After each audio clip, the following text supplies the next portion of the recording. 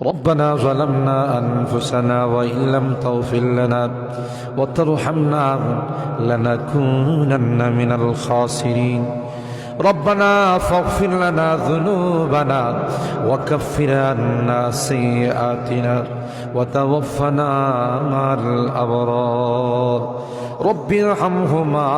كما ربياني صغيرا رب ارحمهما كما ربياني صغيرا রব্বুল আলামিন আল্লাহ কোন কোন শীতের মধ্যে ঐতিহাসিক খোলাপাড়াবাসীর উদ্যোগে আল্লাহ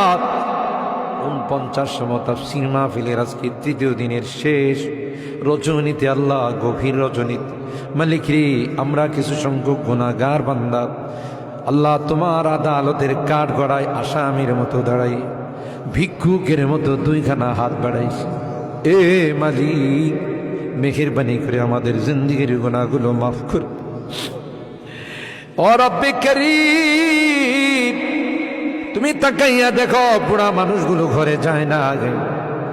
মা বোনরাও ঘরে যায় না আমার কলিজার টুকরা সন্তান যুবকরাও ঘরে যায় কাঙ্গালের মতো হাত বাড়াইছি এ মালিক তাওবা করতেছি আর জীবনে কোনো গুনাহ করব না আর জীবনে কোনো নাফরমানি করব আল্লাহ ওয়াদা করলাম আর জীবনে কোনোদিন নামাজ ছাড়ব না আর জীবনে কোনোদিন বেপরদায় চলবো না ইয়া আল্লাহ